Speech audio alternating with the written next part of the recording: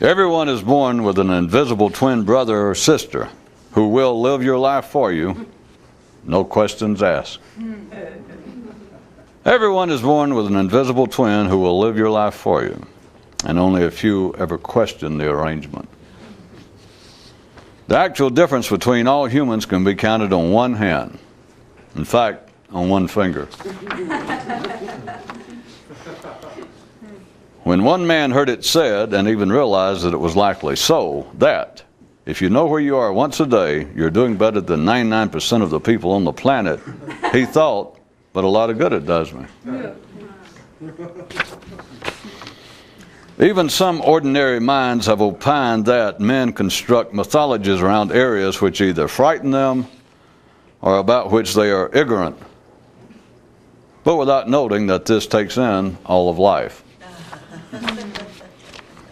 For you people above with higher education, that was ignorant. A man on automatic has much to say about himself. All of it meaningless. Nothing in life, including that of man's, is useless or meaningless, so long as you don't try to step out of bounds. Although everyone rides the collective train, the difference between the few and the many is that the few travel through a tunnel that no one else does. A tunnel in their mind. One people once had a legend that said the only difference between men and the gods is that the gods can remember to shake themselves out of the stupor more often than men. Talk helps fuel the train, especially about oneself. When he heard it said that the mind uses ideas as weapons, one man mused, well, most people are still at the sticks and stones stage. Every time one man would be ready to criticize, he'd find elephants again in his shooting barrel. A cry went out, "Storm coming! Everyone go inside!" But the call was unnecessary. Once you see consciousness clearly for yourself, some people then find fault with the idea of everyone riding a train, and prefer the picture of everyone being dragged along by an uncontrollable train. Above all things, life is predictable, which is why this remains a secret. That's what it says. The speaker so spoke. Out of bleak desperation do men take religion and politics seriously. Opium dens without the drugs. And someone in the crowd asked what happened to the subject of the weather.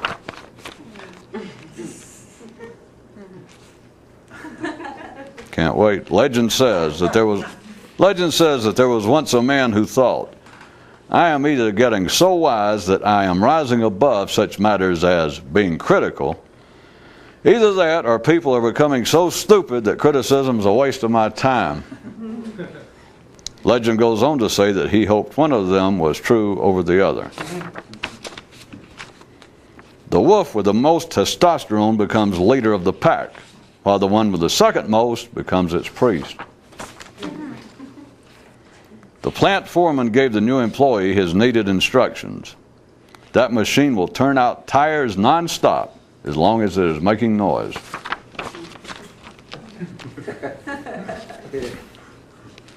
So long as your awareness is being dragged by the train, you have none individually.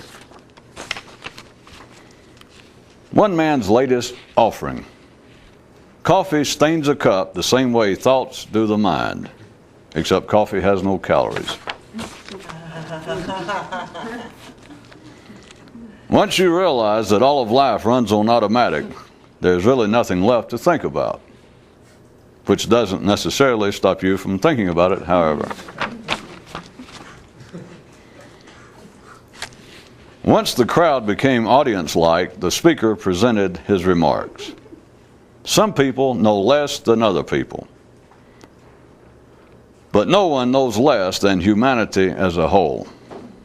He paused with a chin scratch, then added, I may not have that exactly right, but you know what I mean. Yeah. Another example of how the collective intelligence of man is arranged and grows. At one carnival, if the man can guess your weight correctly, then you get to guess his age.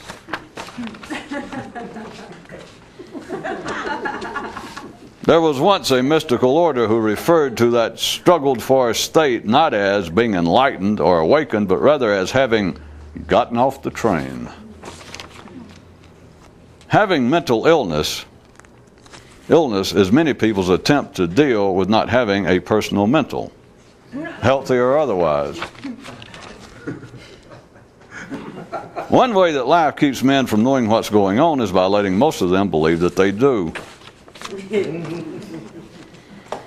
Every brief second you spend taking the normal affairs of life seriously is another short nail in your coffin of potential consciousness. If the universe wanted men to take existence seriously, don't you think it would have most certainly included the enlightened? Doesn't that hint to you something? Every time the pride's conversation would turn to speculations regarding the subject of charisma, one lion would think to himself, what's there to theorize about having the biggest balls? He privately worried that soon mythology would become rampant. I just read them. No, I don't. A viewer says that in honor of what he learned from our last show, that he has named the left side of his brain, keep a head on your shoulders, and the right side, watch your step. Yeah. And says that thus far doing so has proven of distinct value. But then further notes that most of the tricks he's used before worked for a while. What's wrong, he asked. A question I'll turn over to you. The difference between the physical food chain and the intellectual one is that in the latter instance, none in the chain benefit. According to one ancient legend, every mystical school that has ever existed on this planet had, in addition to its public name, another, which always is, let me out of here. One man says that he has himself this personal view that nobody gets criticized what don't deserve to be criticized. And he says, upon your feeling the slightest need or provocation to use it, feel perfectly free to do so. One man had to periodically ask himself, what kind of progress is it to increasingly not care? He had no answer to this, at least not when he cared to share. Another example of how human attention operates. The only people who ever really believe that you ever reap what you sow are those who have been sowed on, never those who did the sowing.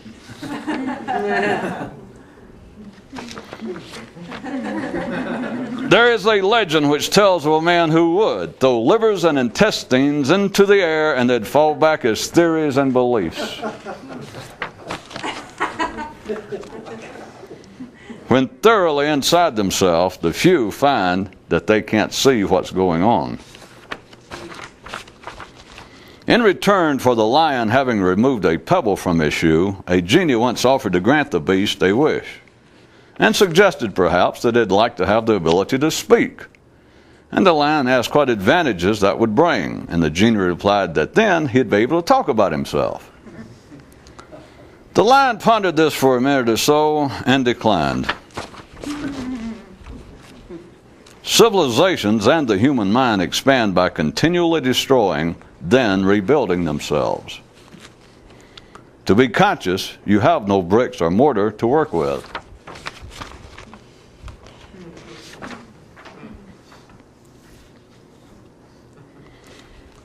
There is a unique feature to how ordinary men think, which is that the thoughts cannot be thought about impartially and survive.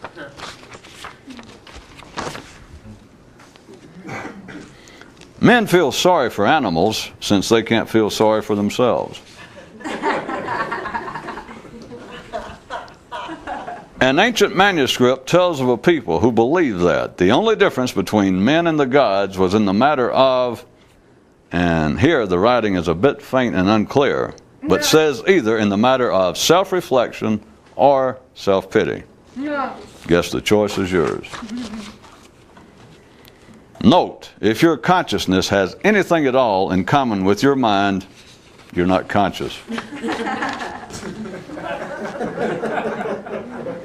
One guy, apparently in an attempt to identify himself as a mystic, hung a sign around his neck which read, "Do not buy anything from this man."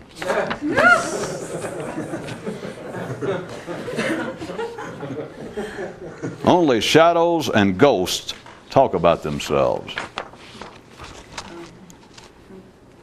Asked to repeat it, he agreed and said, "Even though I cannot tell you what the secret is, I can tell you what it is about. The secret is knowing the truth about life." Which, truth be told, is damn close to what it is. As regards metaphors, metaphors told by those who know aren't actually metaphors. Then what are they, is the next questaroo. Now I lay me down to sleep. As I remember, talk is cheap. Yes, but how cheap is the metaphorical query which has a literal answer. It is only after creatures have an intellect that they can conceive of 2 + 2 = 4, and have the singular experience of it most often not. Once you understand that nothing works, you can then let go, relax, wallow in, and thoroughly enjoy how marvelously everything works. Yeah. And a viewer writes to complain about the order in which the last 2 news items were read. Says he, "I would like to strongly object to," forget it. A man asked himself, why is it that it is always the idiots who are the first to complain when a movie is over, a meal is finished, or a sentence concluded? Proverb update. Not patriotism, but sequence is the final refuge of intellectual scoundrels. There was once a race whose myths held that the sole distinction between men and the gods is that men believe that they can determine the order in which things occur, while the gods recognize that there is no such order. The many are given to complaining that everything is happening at once, which in their case is an illusion. An illusion, curiously enough, that the few spend a lifetime attempting to make into reality. The creative, to the ordinary mind, must be spelt F-A-M-I-L-I-A-R. Tonight's bonus question. How can you tell that an ordinary man doesn't know anything? That's right, he's talking. What do you mean, what do you win? The many know that the few are among them, for they do periodically sense them breathing.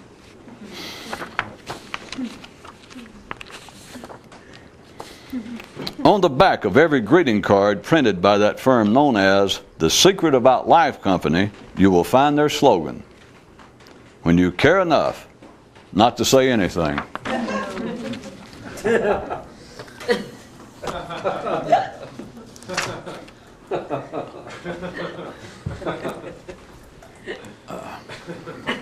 There is an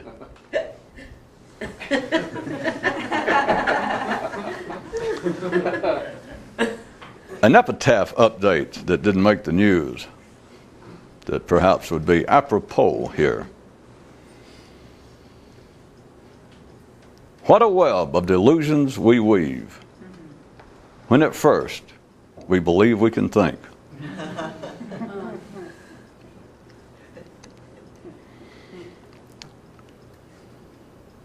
Going to pull another string, or at least one, and you can see that they expand in numerous directions. Example from ordinary life, and I'm about to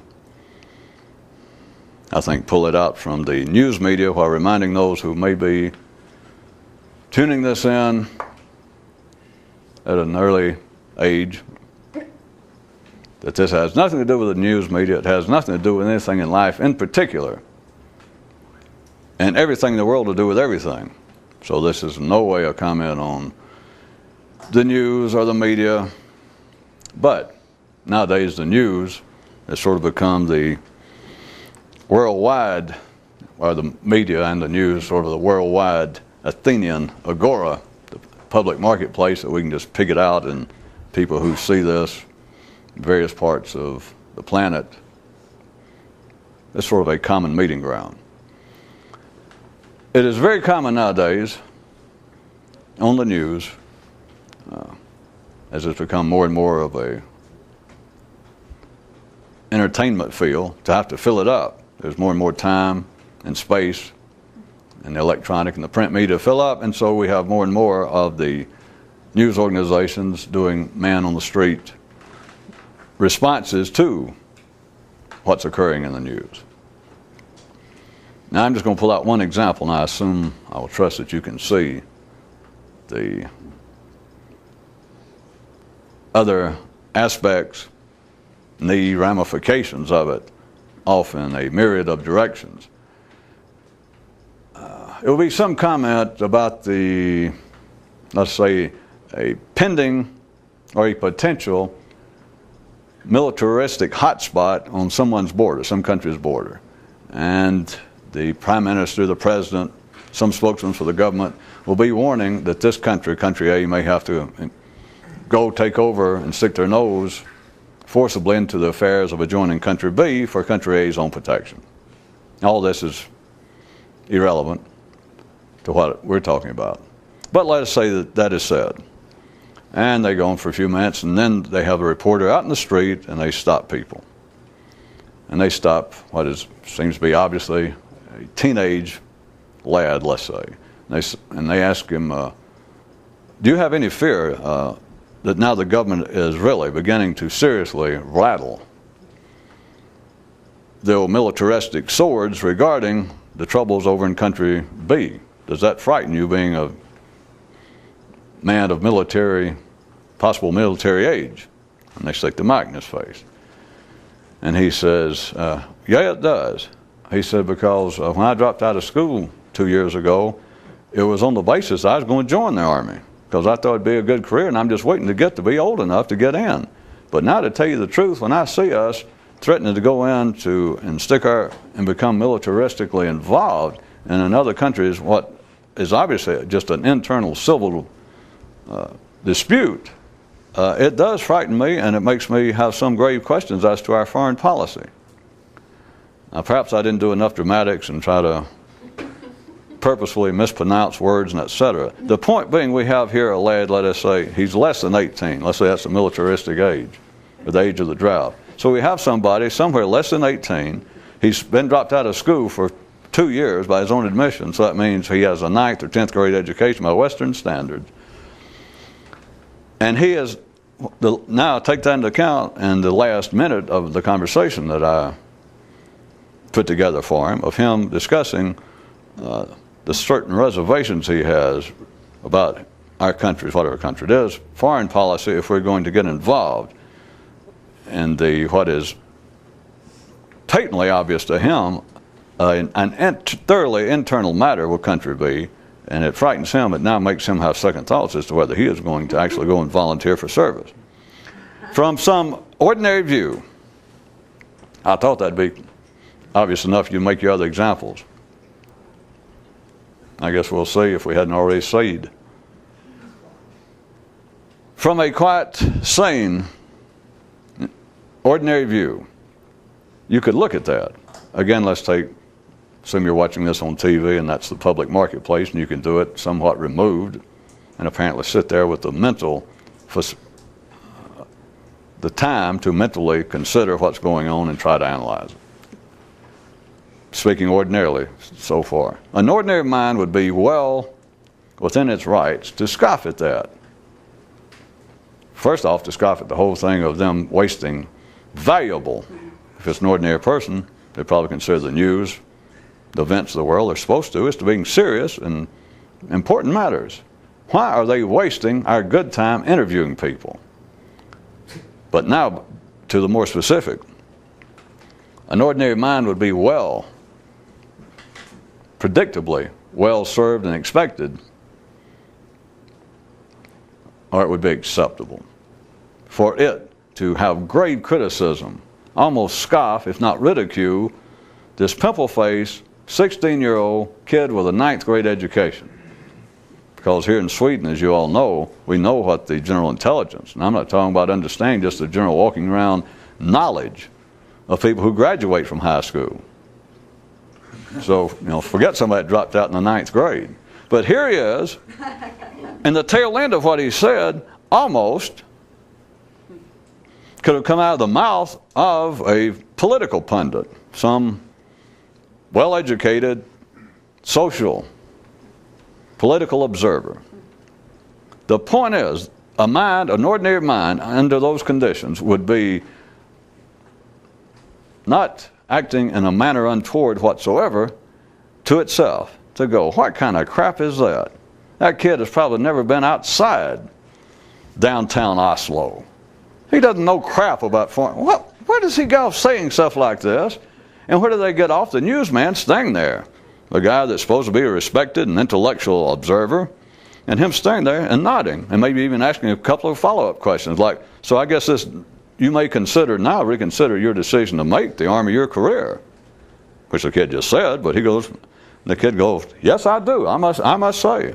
The man could sit and not improperly just ridicule that this is ridiculous.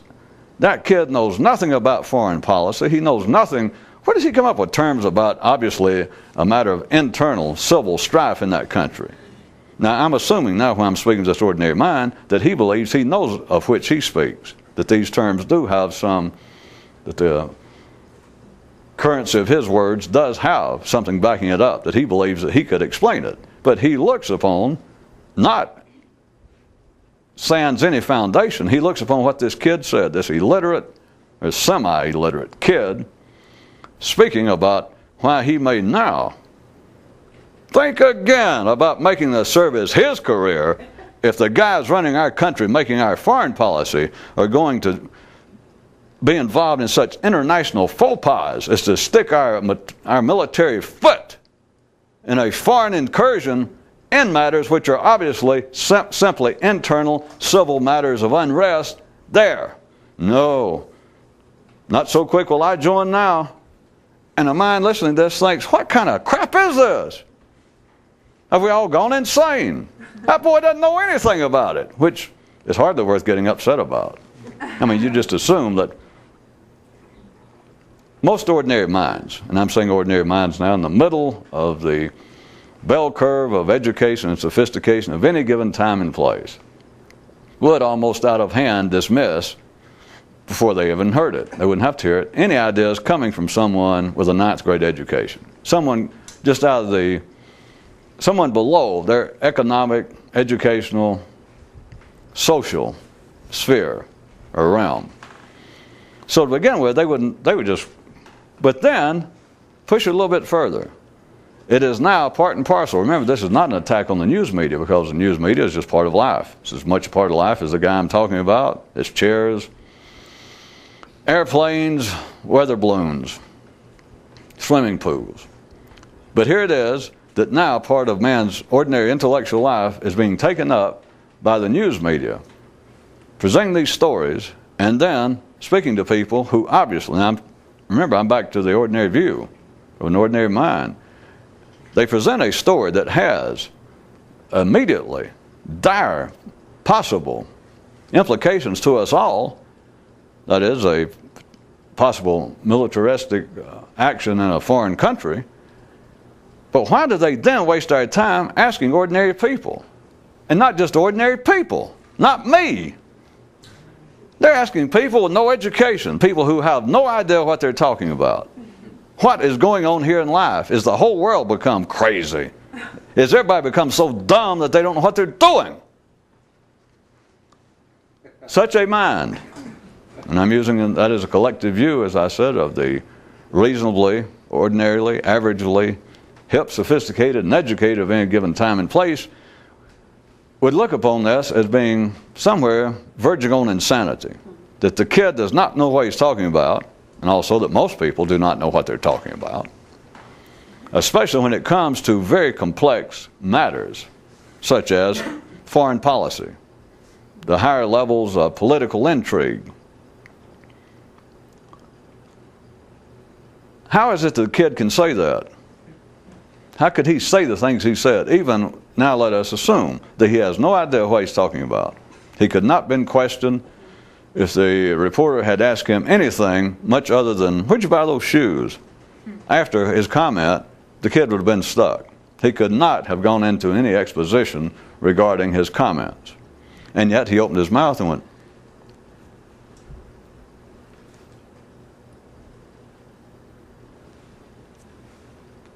by now, other than children who might be turning this on, I would assume that most people who have listened to this and have any insight into life understand that you do not have to know what you're talking about to talk. Given the fact that no one knows what they're going to say next, at least no one ever challenges that, they just walk off and think, well, screw you. Since no one knows what they're going to say next, how are you going to say that anyone knows what they're talking about? And yet, things press on, things roll on. The ordinary mind, from whose view I have just got through expressing sentiments, would say that that kid has no knowledge, no understanding of what is involved in foreign policy. To him, he just sees, well, they're over there fighting and they may spill over our borders and hurt some of our villages close to the line of demarcation over there, so maybe we should go over there and try to calm things down. And this ordinary mind can say, well, he has no idea of foreign policy. That should be left to the experts. The assumption being, it's not even the question, but the assumption being with sane ordinary people, that when you get into the areas of real leadership, when we get into the House of Parliament, when we get into 72 Sycamore Street, for those of you who are not Finns, that's where our Prime Minister lives here. When you get into the level of the White House and the Congress, there the people know what's going on. I mean, they are privy to information about country B, where all this problem is. They simply know things we don't. And so they're in a position to make such decisions. Have you lost all? There's nothing left? Anybody still believes that? Well, of course, ordinary minds have to believe that. And they can dismiss that and turn it off. But if you hadn't turned it off, there's good occasion. Well, certainly somebody knows what's going on. Okay. Are they gone? Are they gone?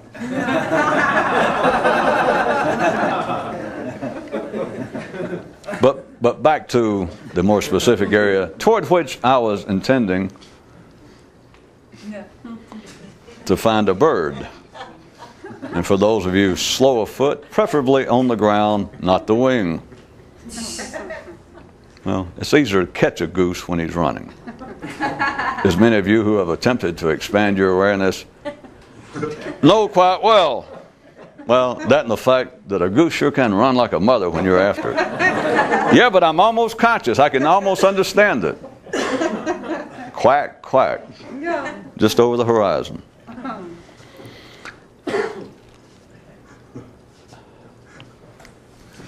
Did I, without having to resort to any lower comedic, perhaps I'm being charitable, comedic, dramatic talents, self-serving comment, if I ever heard one? Well, no, it's not. I don't make a living as a comedian, so. Or as a dramatist.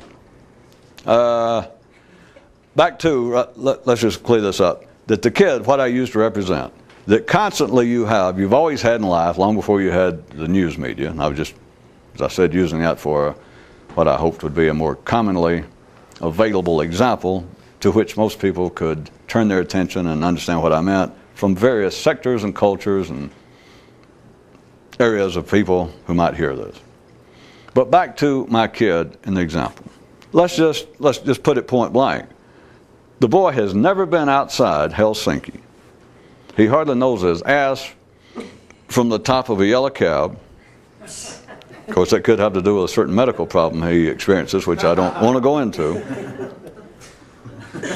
I'm not a doctor either, so don't write me and ask me what that problem might be because you think you have it. If you think you do, if you cannot tell the difference between your ass and the top of a yellow cab, then I will assure you this: you have the problem. But back to the kid. Let's just state outright: the kid he has no idea what he's talking about. That if you talk to him personally, he is just barely conversationally literate, and yet he said all those things. I mean, he is just walking around. He's below average in just ordinary intelligence, and yet he stood there and said that. The kind of words, I have to go back and repeat it. I did it with some little purpose at the time.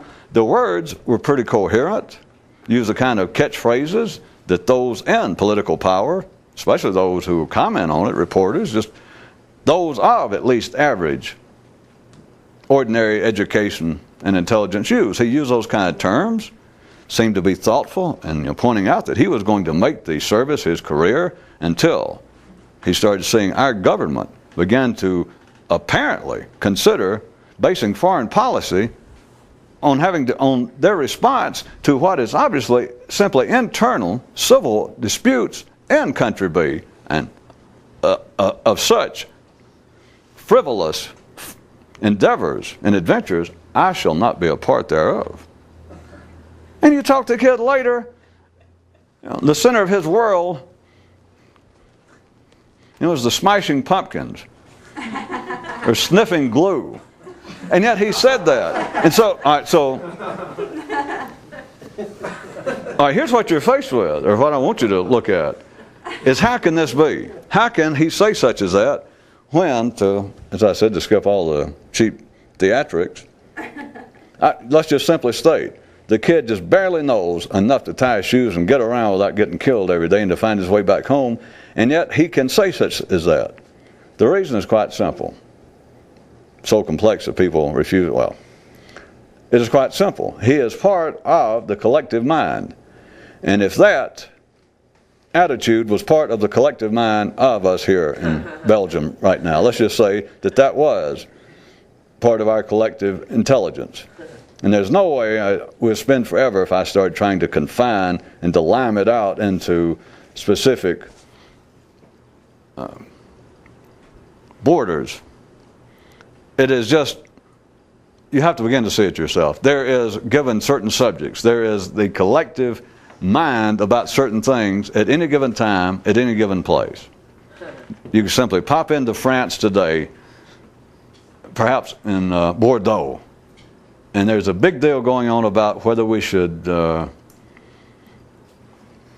change the labeling in wine due to the latest health findings. And you would find in Bordeaux, maybe, not necessarily, I'm just having to make all this up because it is also shifting and it is a continual ad hoc adventure going on. But let us say, I'm just going to have to give you one, stabilize it long enough for me to get the sentence out of my mouth. That there in Bordeaux right now, that concern, forget yay or nay, forget what the prevailing opinion is, but the concern, this question is now part of their collective mind. It is part of their collective mental concern. Forget why, forget whether, how much self-interest involved, forget all that. It simply is. You get there and you find out.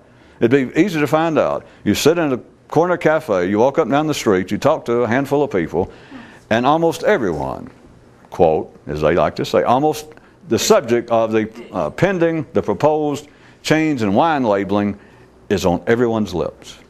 It is the topic of conversation. That is part of that place. Bordeaux, France, let's say it was last week, that is part of their collective thinking. Not yes or no, it's just part of the collective energy in their minds. Using them, of course we know not everyone in town by any means. And that's not the only thing. When I say it's the center of conversation. You might turn right around to a group of people while you're staying there, and that everybody, you walked in, you said, I hear you people are having some problems with them attempting to change the wine labeling. And suddenly, let's say it's a group of 50 guys sitting around a cafe, and they'll go, yeah! And they run, they rant and rail against it for 20 minutes. Then you can say, by the way, I also heard, didn't you have a mayor here that for the first time in France in the last 20 years said that he was in favor of abortion, and they'll go, oh my God. Well, assuming they're all good Catholics and anti-abortion, let's just say. And then they'll get just as upset for another 20 minutes, and wine's not mentioned. You understand what? So I say it's the center of conversation. It can be made so. You can bring up a subject, and that subject can be the center. It can be of extreme importance right then until the subject changes. And it could also be part of their collective thinking. That is the problem of proposed changes in wine labeling. I said there it was in Bordeaux, France. It was part of their collective thinking. It was a reality. People's minds, those of you who know who have given it any notice whatsoever, your mind hardly ever stops. So it's going to be thinking about something. And this is one of the somethings it's thinking about last week. You could pop in there this week, walking up to that same outdoor cafe that holds 50 people, and there's 50 people, some who were there last week and some not, whatever, and bring up the subject, and nobody has any great interest. That's what I meant by it's ever shifting. But at any given time, there are things that are part of their thinking. Here is what no one ever notices. Not that they're supposed to, but psychology, the closest. Every now and then somebody will write me when I'll be talking, they'll say, do you ever read anything about subatomic physics, what's going on? And they'll dig up some little sentence that they just read, and I can see their little hand just quiver when they write, like, my God! And then it's all these big question marks, like, huh? Would you write me back? Would you say something? Because in a sense, they don't mean to. But in one sense, there are areas of physics that are even getting closer to this, but they will never put it together. They're not supposed to. But back to the fact of those apparently who are charged with such matters, psychology being the primary one, and religion secondarily so years ago. But they will never see that kid, let's use my kid now, back to the idea of Bordeaux or the war, the kid who is just barely literate can stand there and go rah, rah, rah, rah, rah, and say things not only does he have no knowledge of, and he's not just being pretentious. We're not talking about just a boulevardier, an intellectual form of one at a cocktail party. The old thing, the conversation comes up to the war, and he had a couple of drinks and goes, rah, rah, rah, rah, rah, rah, and makes some comment about the problems going on, and several people are impressed the way it sounds, and then somebody says, wait a minute. Those 4 or 5 sentences he just said, he lifted. I just got through reading. That's the editorial in this week's Time magazine. We're not just talking about that. We're talking about the kid is not mouthing anything. He has not read anything about it. And if you ask him, well, what you just said, it doesn't fit looking at your demeanor and the way you're dressed and your educational background. I guess you've been keeping up with the news a lot. I mean, some of you've absorbed those ideas for you to be able to stand there and do that. And it turns out he never turns on the news. So I'm trying to get you to see this is not a, quote, pretentious act. He can simply stand there and open his mouth and go, rah, rah, rah, rah, rah, rah, rah, and you're listening and think, it's not just a pretentious act, but this is damn near insanity. Because he has no idea what he's talking about. None. And yet I could have turned my head, or I could have read those words written, and someone told me that our prime minister said them, or at least the head of the opposition party. A man with several degrees. If you had just printed out what that kid said the last minute of his interview, and you had told me that Dr. So-and-so, the head of our opposition party here in Italy, had said that, I would have believed it. And now you tell me it's a kid with a 9th grade education that never had a job, never been outside Venice, and you tell me he did it. It's unbelievable. No. When something becomes part of the collective mind, everyone has a piece of it. I should start off crudely and back off for you. Everyone knows it. That sounds a bit strong. I can back off. Try to whittle it down like we do here when we make Italian ices. Shave it a bit, but the first part is actually true. It's just that the individuals there within a given area knowing it does not necessarily mean that they have any knowledge that they know it. But once something becomes part of a collective think, the collective mind activity of one area, And I repeat one more time, you can't just take what I've said and try to jump back and think, well, wait a minute, now how can we apply that to everybody in Bordeaux? Not everybody in Bordeaux. That is why I said it cannot truly be depicted. It cannot be depicted in the sense of drawing out an area and say, all right, this is where such and such happens. It's everywhere. It's universal. I'm just having to make it local, and all local examples become mere anecdotes. They are limited by their very nature. But, back to what I said, once a thing, whatever the hell it is, once a thing becomes part of the collective thinking of a time and of a place, no matter how brief it is, no matter how limited be the locale, the physical area in question, but once it is a part of a collective, that there's more than just a few people that are thinking this, thinking about it, not either one way or the other, that's not important, but this has become a serious matter. That by God, any serious person here has got to give some consideration to the possibility of them changing the labeling of wine in a manner that's going to adversely, without any affect the market. And even some of you people staying here, listen to me talk, this is still in Bordeaux, even though I know all of you are not in the great business, the wine business, you know this. Our village is absolutely dependent upon the wine trade. And if it goes, we all go. You people who apparently have nothing to do with farming, vineyards, the wine making, the selling, the distribution, you know this. You may drive a taxi here, but you know this, what's most of your business? Out-of-towners here to buy wine. So this is an important matter. Okay, did I make the point? Of course, when it really gets interesting, that thank God we don't have time to go into, is when it gets into matters that are not even apparently materialistic or material, like wine, labeling. But at any rate, when I say that it becomes serious, it's on that basis that it, again, in some undefinable, even though I can say it, some unstable, it's undefinable in any permanent, stable way, but in one time and one place, which is what that represents.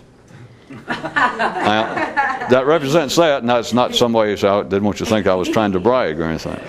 But it represents...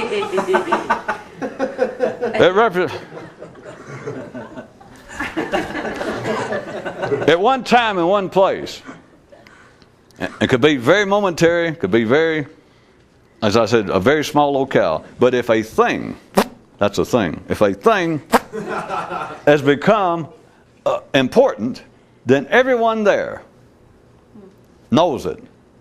That includes people who do not know it. Which is what I intended by this representation of this kid standing on a street corner, telling an interviewer, talking about how he is not going to be a part of national service, not of his own volition. No, that's the thing. Volition. Well, hey, we all get them mixed up. Of course, that offers another possibility. If you get your thing mixed up with your volition, then perhaps you should get in a yellow cab and go see that kid that had the other malady.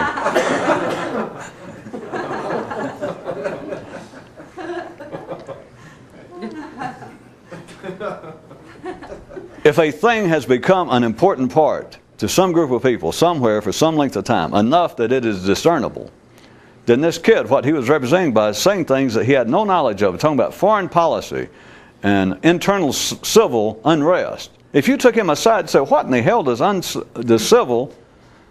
internal civil unrest mean?